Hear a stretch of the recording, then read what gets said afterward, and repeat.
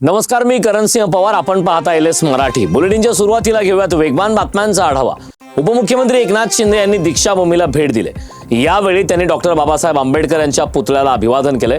दीक्षाभूमीत आल्यानंतर एक वेगळीच प्रेरणा मिळते अशी प्रतिक्रिया शिंदेंनी दिली. देशाच्या राजकारणात 19 डिसेंबरला सर्वात मोठा राजकीय भूकंप होणार असल्याचा दावा काँग्रेसचे नेते आणि माजी मुख्यमंत्री पृथ्वीराज चव्हाण यांनी केलाय.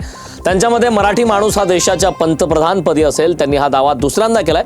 पृथ्वीराज चव्हाण यांच्या दाव्याने राजकीय वर्तुळात चर्चांना उधाण आलंय. मुलुंड पश्चिमेत विदेशी पक्ष्यांसाठी आंतरराष्ट्रीय दर्जाच्या पक्षीगृहाचे आज भूमिपूजन होणार आहे. तसेच बीएमसी संचलित अग्रवाल रुग्णालयाच्या नव्या इमारतीचंही लोकार्पण होणार आहे.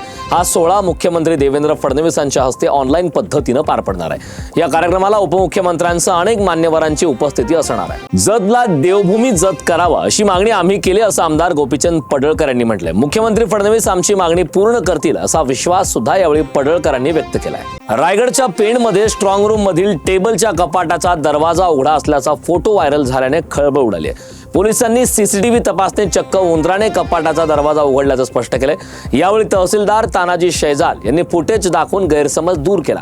या घटनेनंतर स्ट्रॉंग रूमच्या स्वच्छता आणि सुरक्षेचा आढावा घेण्याची गरज ही अधोरेखित झाली आहे. मुंबईच्या महालक्ष्मी मंदिरात बेवारस बॅग सापडल्याने गोंधळ उडाला. या घटनेची माहिती मिळताच पोलीस तातडीने मंदिरात दाखल झाले. सुरक्षेच्या कारणास्तव सर्व भाविकांना मंदिराबाहेर काढण्यात आले. ही बॅग कोणाची आहे याबाबत मात्र अद्याप ही स्पष्टता आलेली नाही. बुलढाण्यातील तीर्थक्षेत्र वरुडी क्षेत्रातील परमहंस श्री तेजस्वी महाराज यांचं 90व्या वर्षी निधन झालंय. नुकताच 28 नोव्हेंबर रोजी त्यांचा जन्मोत्सव साजरा झाला होता. जन्मोत्सवानंतर महाराजांची तब्येत बिघडली. त्यांच्यासाठी सतत हरिनामाचा गजर सुरू राहिला आणि त्यातच महाराजांचं निधन झालं. यावेळी भाविकांचे डोळे पाणावले. बुलढाण्याच्या सागवण परिसरात बिबट्याचा वावर असल्याचं समोर आलंय. या घटनेमुळे परिसरातील नागरिकांमध्ये भीतीचं वातावरण पसरलंय. शहरालगत बिबट्यांची संख्या वाढत असल्याने नागरिकांमध्ये चिंता व्यक्त केली जाते. यावर प्रशासन कधी तोडगा काढणार असा सवाल नागरिकांनी उपस्थित केलाय. सांगलीच्या कडेगावमध्ये एकाच ठिकाणी 4 बिबटे आढळल्याने खळबळ उडाली. काही दिवसांपूर्वी बिबट्याने शेतकऱ्यांवर हल्ल्याचा प्रयत्न केला होता, पण बेल्जियम शेफर्ड श्वानामुळे शेतकऱ्याचा जीव वाचला. आता पुन्हा बिबट्या दिसल्याने शेतकऱ्यांमध्ये भीतीचं वातावरण पसरलंय. वन विभागाने बिबट्याचा बंदोबस्त करण्याची मागणी यावेळी शेतकऱ्यांनी केली.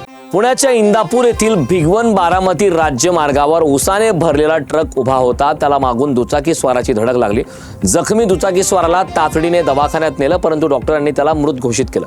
विशेष बाब म्हणजे ट्रकच्या मागील बाजूस कोणते रिफ्लेक्टर किंवा लाईट नसल्याने अपघात घडल्याची माहिती समोर आली.